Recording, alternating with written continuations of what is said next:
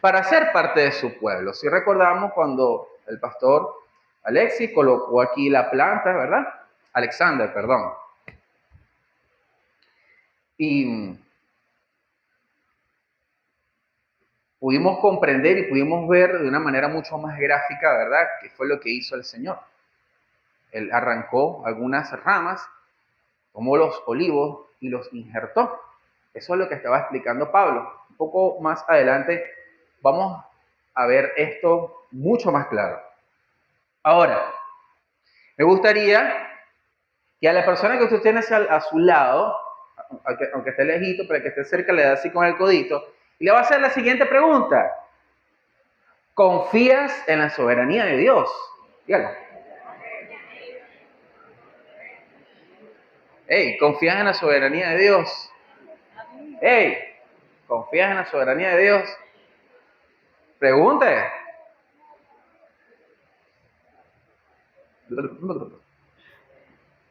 El principio de esta pregunta, mis hermanos, es que después de este mensaje, usted repose su confianza en nuestro Padre, pero con un mayor conocimiento, un mayor entendimiento de esto que usted le acaba de preguntar a la persona de al lado.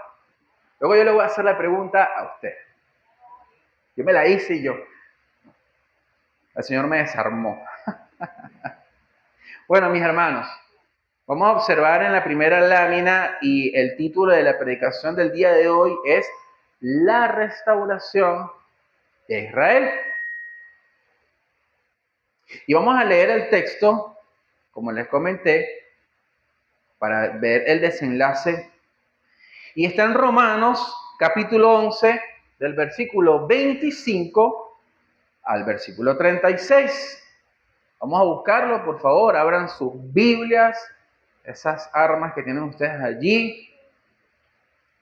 Es bueno, hermanos, que se acostumbren a venir los domingos con su Biblia en la mano y traiga su cuadernito y su lápiz. Es importante que lo haga, desarrolle ese buen hábito. ¿Ok? Entonces, vamos a leerlo. Nos vamos a Romanos, capítulo 11, del versículo 25 al 36, y así de esta manera concluimos con este capítulo. Voy a ponerme los lentes. Entonces, la restauración de Israel. En el nombre del Padre, del Hijo y del Espíritu Santo leemos. Porque no quiero, hermanos, que ignoréis este misterio. Esto se lo está diciendo a los gentiles. Para que no seáis arrogantes en cuanto a vosotros mismos, que ha acontecido a Israel endureciendo en parte. Que ha acontecido a Israel endurecimiento en parte. Hasta que haya entrado la plenitud de los gentiles. 26. Y luego todo Israel será salvo, como está escrito. Habla allí de una profecía. Vendrá de Sión el libertador, que apartará de Jacob la impiedad. El 27 dice, y este será mi pacto con ellos cuando yo quite sus pecados. Y retoma nuevamente y dice, así que en cuanto al evangelio, son enemigos por causa de vosotros. Pero en cuanto a la elección, son amados por causa de sus padres. O sea, por sus patriarcas. O sea, por la promesa que él había hecho. Porque irrevocable, este verso es clave, 29. Porque irrevocables son los dones y el llamamiento de Dios. Pues como vosotros también en otro tiempo erais desobedientes a Dios, pero ahora habéis alcanzado misericordia por medio de la desobediencia de ellos. Así también esto ahora han sido desobedientes para que por misericordia concedida a vosotros, ellos también alcancen misericordia. El 32 dice, otro verso muy clave, porque Dios sujetó a todos en desobediencia para tener misericordia de todos. Aquí culmina Pablo con unas palabras majestuosas, hermosas, alabando al Señor. ¡Oh! Profundidad de las riquezas, de la sabiduría y de la ciencia de Dios. ¡Cuán insondables son sus juicios e inescrutables sus caminos! Porque ¿quién ha entendido en la mente del Señor? ¿O quién fue su consejero? ¿O quién le dio a él primero para que le fuese recompensado? Porque de él y por él y para él son todas las cosas. A él sea la gloria por los siglos. Amén. Dele un aplauso al Señor. Es una alabanza hermosa. Pablo reconoce la grandeza del Señor.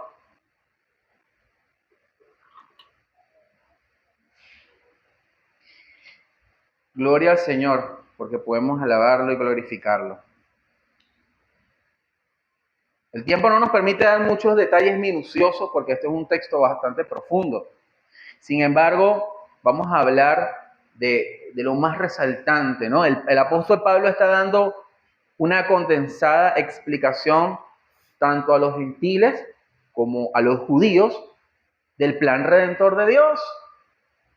De manera que ellos no ignoraran que la salvación es por la fe, la cual es un don de Él mismo, de Dios, y que no hay nada que el hombre pueda hacer para ganarla, pero tampoco para perderla. Es una decisión soberana de Dios. ¿Quién le da la gloria a Dios por eso? Amén. Gloria a Dios. Podemos confiar en Él. Pablo quiere que comprendan uno de los misterios centrales de la relación que tiene Dios tanto con Israel como con la humanidad. Dios ha provocado que Israel experimentara, porque es lo que está explicando, un endurecimiento parcial.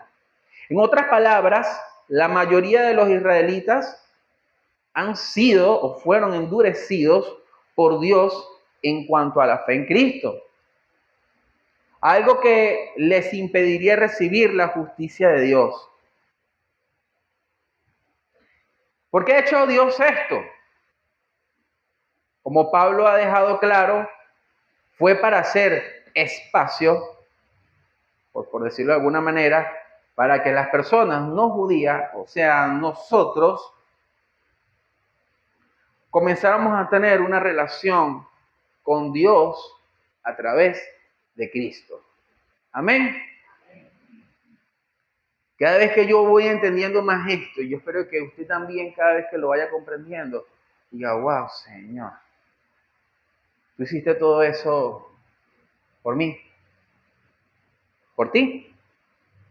Vamos a ver esto un poco más a detalle. Vamos al primer principio. Les pido perdón porque no nombré la enseñanza central. ¿O sí la nombré? No la nombré. Les pido perdón, disculpen. La enseñanza central, ¿ok?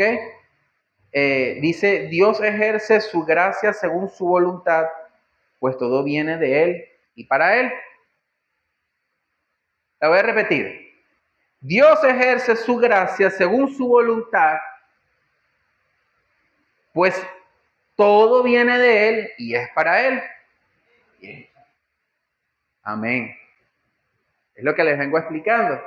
Entonces, de manera que nosotros podemos entender, de cierta manera, la soberanía de Dios. Vámonos con el primer principio, mis hermanos, para poder ampliar más la enseñanza central. ¿Ok? Dios ejerce su gracia según su voluntad, pues todo viene de Él y es para Él. El primer principio dice de la siguiente manera: confiemos en el plan redentor de Dios. Esto lo podemos observar desde el versículo 25 al 28. De cierta manera, aquí lo que podemos ver es la gracia de Dios y su cumplimiento. ¿Ok? O sea, lo que es el plan soberano de Dios. El apóstol Pablo explica en estos versos un gran misterio. Es las primeras palabras que utiliza. Porque no quiero, hermanos, que ignoréis este misterio. O sea, que es algo que no se sabía, pero ahora es revelado. O sea, no ignoren esto. El cual primero él les advierte, antes de empezar a desarrollarlo, que no sean los gentiles arrogantes, pues es algo que es de Dios, no proviene de ellos. Y luego Pablo procede a explicar del endurecimiento de Israel, el cual será parcial, porque terminará cuando la totalidad de los gentiles haya llegado a Dios mediante la fe en Cristo. Ya hemos hablado, ¿verdad?, de que el Señor, de cierta manera, pues, Él ha escogido a los suyos. Esto le da más claridad a la explicación, como mencioné anteriormente, del olivo silvestre cuando es injertado. ¿Ok? Una vez que esto esté listo, pues Dios continuará con su plan redentor con los israelitas, culminando su plan redentor con la salvación también de Israel. Aquí hay múltiples y controversiales explicaciones de diversos teólogos. Pero para llegar a un entendimiento más claro, mis hermanos, si hablamos de una totalidad, Pablo si decimos que ese todo es todo, Pablo entonces se estaría contradiciendo con lo que él ya venía explicando anteriormente. Entonces podemos entender que este todo no es una totalidad. ¿Ok? Pablo se refiere al total o todo el remanente de Israel que Dios ha decidido perdonarle sus pecados. Esto debe quedar muy claro. De manera, mis hermanos, que podemos confiar en su plan redentor, como dice nuestro primer principio, y que no es cosa de nosotros, no hay nada que nosotros podamos hacer. Es Él el que ejerce su soberanía y cómo lo va a hacer. De manera, mis hermanos, que podemos confiar en el plan redentor de nuestro Señor, de nuestro Dios. Y que no es cosa de nosotros, Él lo va a hacer todo. Mis hermanos, ¿podemos confiar en el plan redentor del Señor? Su ciencia solo la va a entender Él. Entonces, esto nos lleva a un segundo principio. Confiemos en cómo Dios ejerce su voluntad. Sabemos que Dios tiene un plan redentor, pero ahora es cómo lo hace. Un verso clave está aquí. Vamos a leerlo, el capítulo 29. Vaya ya a su Biblia. Dice, este principio, confiemos en Dios. Confiemos en Dios, confiemos en cómo Dios ejerce su voluntad. Lo vemos desde el 29 al 32. Y el 29 dice, porque irrevocables son los dones y el llamamiento de Dios. Mis hermanos, Pablo hace este énfasis porque Dios no se equivoca. Dios se equivoca, no se equivoca. Es lo que le está diciendo. Dios le dio,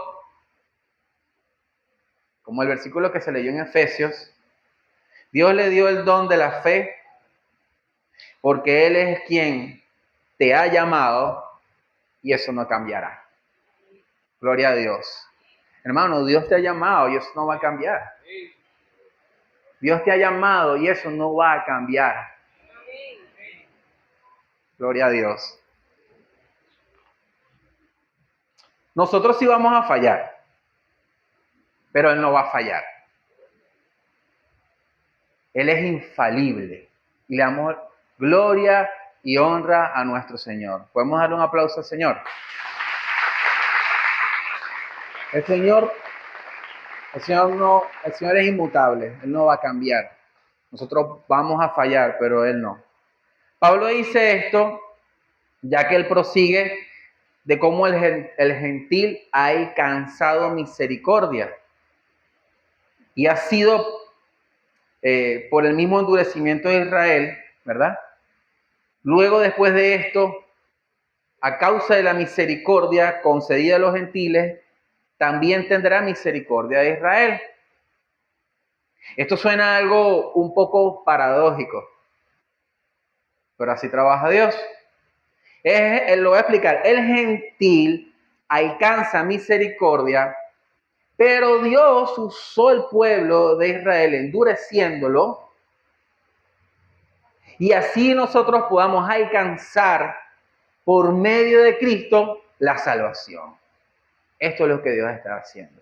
Y luego extiende su misericordia al pueblo de Israel de igual manera, pero ¿por medio de quién? De Jesucristo. Amén. Pablo está desentrañando todo esto.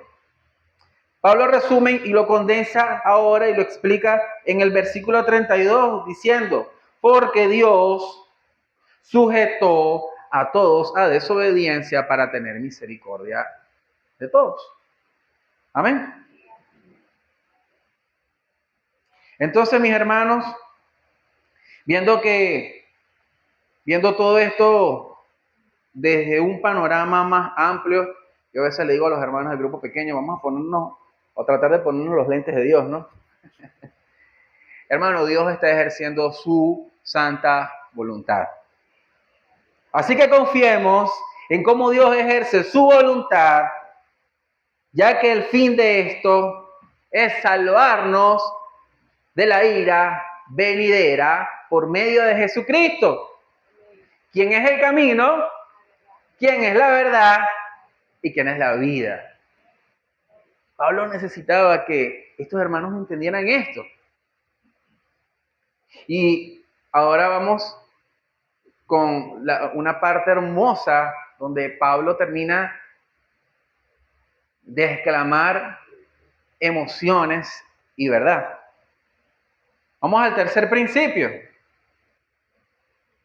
que dice, confiemos en la sabiduría y la soberanía divina de Dios. Esto lo vemos desde el verso 33 al 36. Y aquí podemos observar su voluntad, la cual solo le entiende Él. Él la sabe, porque todo está hecho por Él y para Él. Ahora Pablo ofrece un poema. Es como un himno.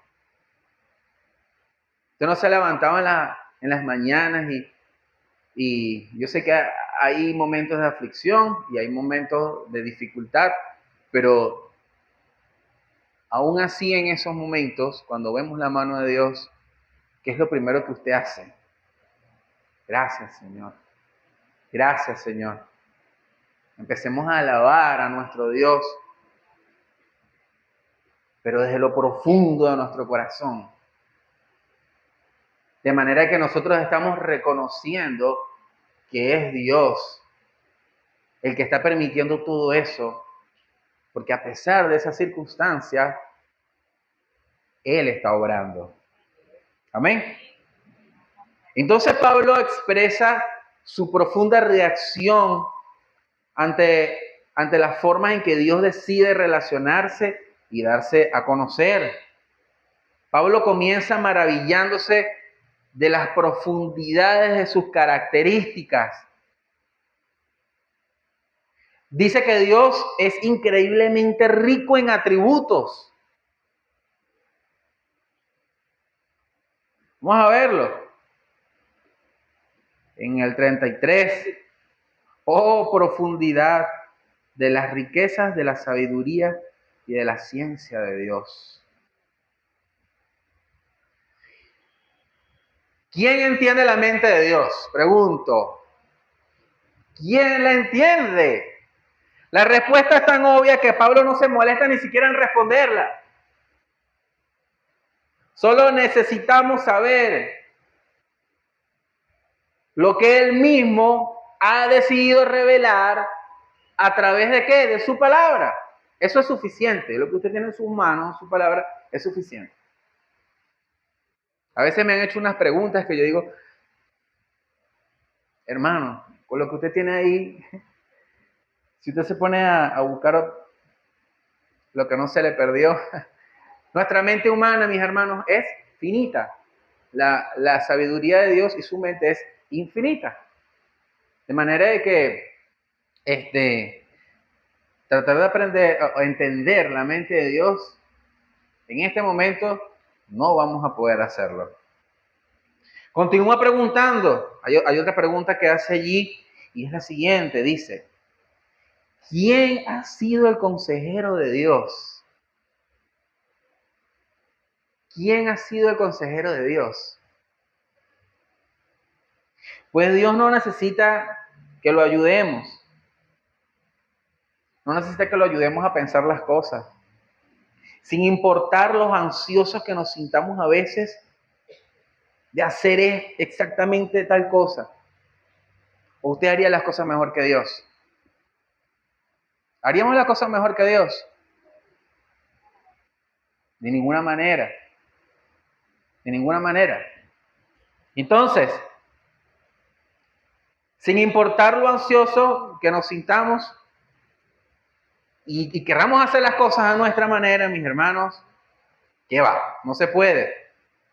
Hermanos, a medida que comenzamos, escuche esto, a comprender la diferencia entre su vasta mente y la nuestra, la única respuesta que tiene sentido, sencillamente, es adorarlo y aceptar sus decisiones, ya que siempre serán las decisiones correctas y de acuerdo con la verdad, porque es santo, santo, santo. Amén. Dele gloria al Señor. Ay, yo lo hubiese hecho así. No sé, oh Padre, ¿por qué no haces esto, aquello y lo otro? Mis hermanos, como yo le digo a un amigo cuando le estoy predicando, le estoy hablando de la palabra, déjate querer. Déjate querer. Solamente el Señor sabe cómo hace las cosas. De manera, mis hermanos, que efectivamente podemos entender el tercer principio. Confiemos en la sabiduría y en la soberanía divina de Dios. Amén. Amén. Ok. Pablo concluye declarando en términos totalmente inequívocos que el universo le pertenece a Dios y que simplemente vivimos en Él y somos parte de Él. Pablo le está mostrando la grandeza de Dios. Por eso fue que al principio les dijo, hey, no sean arrogantes, no es cosa de ustedes, les dice. Es un don de Dios.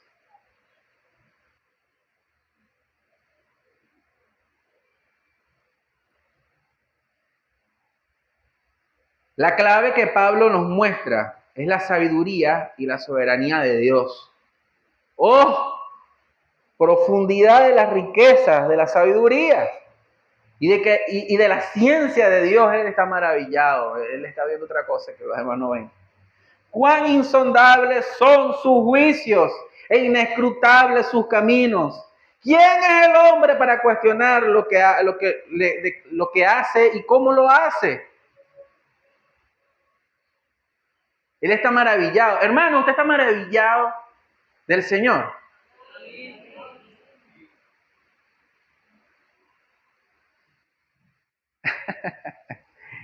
Claro que sí.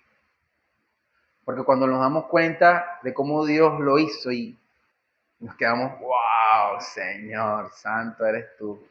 Gracias, Señor. A veces, a veces, a veces tenemos que pasar por dolor. A veces tenemos que pasar por un terremoto. No sé cuál sería la palabra adecuada, pero para expresar a veces sufrimiento. Y no estoy diciendo con esto que todo sea sufrimiento, mi hermano. Claro que no, porque al final Dios nos va a mostrar su mano y sus bendiciones. El propósito de Dios con todo esto es moldear nuestros corazones, nuestro carácter y nuestra mente para que lo podamos conocer y lo podamos entender. Amén. Amén. Lo que debemos tener muy claro, mis hermanos y amigos que nos está visitando, es que Dios ha dado a su Hijo Jesucristo y estamos llamados a confiar en Él. Nuestra fe debe estar centrada en Él. Confiamos en su plan y en cómo lo hace, porque todo lo que hace, una vez más, es de Él y es para Él. Amén. Amén. De manera que caminar con nuestro Señor es la mayor seguridad. Es la mayor seguridad que nosotros podemos tener en nuestras vidas. ¿Caminaremos por desiertos? ¿Caminaremos en pruebas? ¿Caminaremos por dificultades? Por supuesto. Como les acabo de comentar, ciertamente sí, es la respuesta. Pero no dude que será la mano de nuestro Padre la que tomará la suya. Por ello nosotros debemos perseverar, porque también veremos su bendición. Y Él es el único que podrá dibujar una sonrisa en su rostro en medio de todo esto. Amén.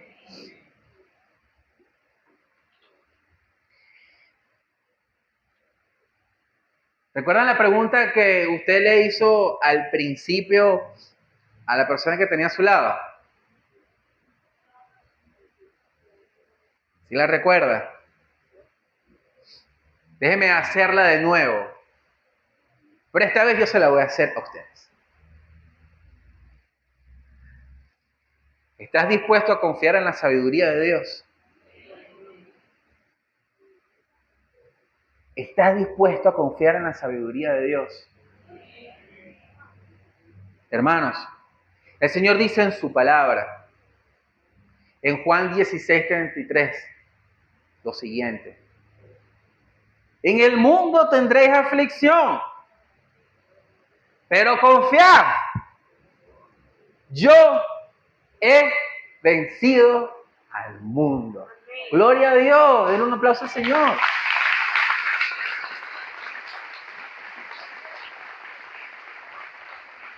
Confiemos en cómo lo está haciendo, aunque duela a veces, aunque pienses que incluso en momentos debería ser de otra forma. Hermano, aférrate, porque en Cristo esa guerra ya está ganada. Gloria al Señor. Amén. Y la última pregunta que les quiero hacer, ya salió la primera.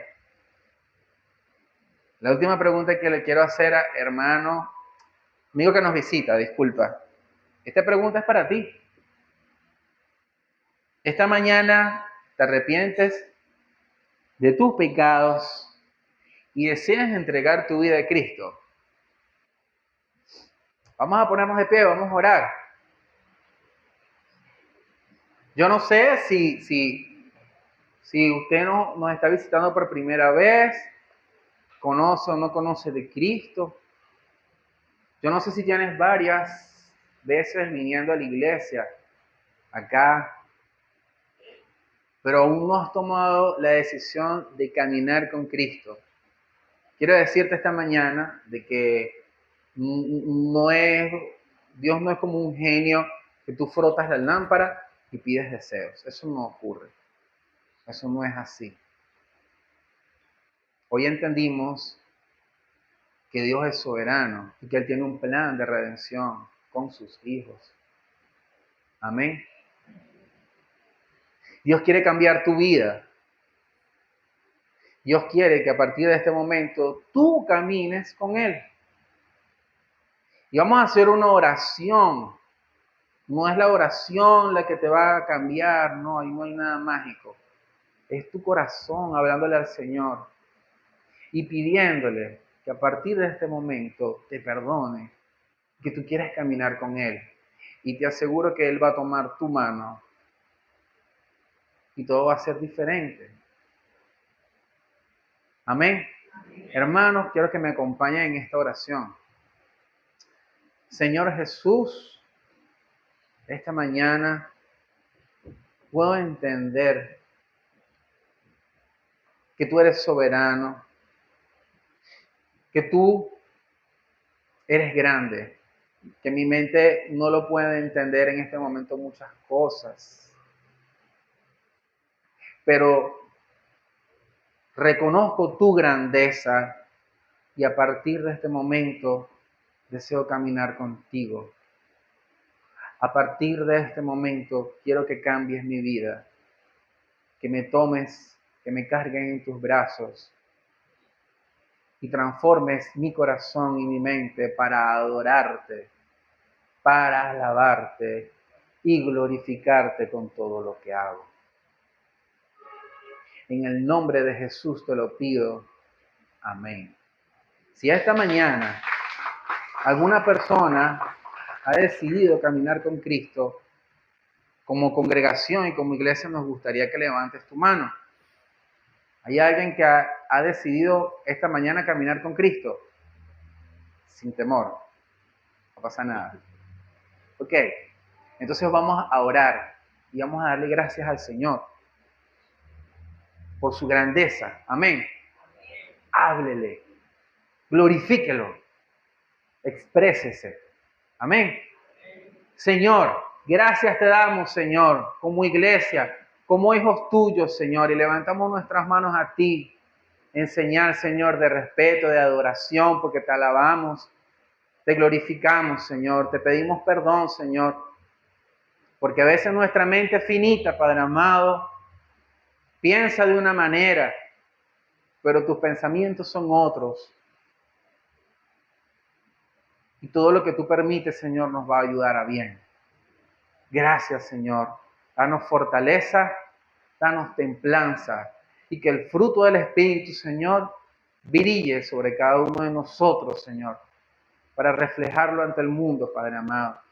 Gracias te damos esta mañana por tu amor, por tu misericordia, por tu ciencia, por tu sabiduría, tu inteligencia, tu grandeza, Señor, y por cómo haces las cosas. En el nombre de Jesús, amén y amén. Dios les bendiga.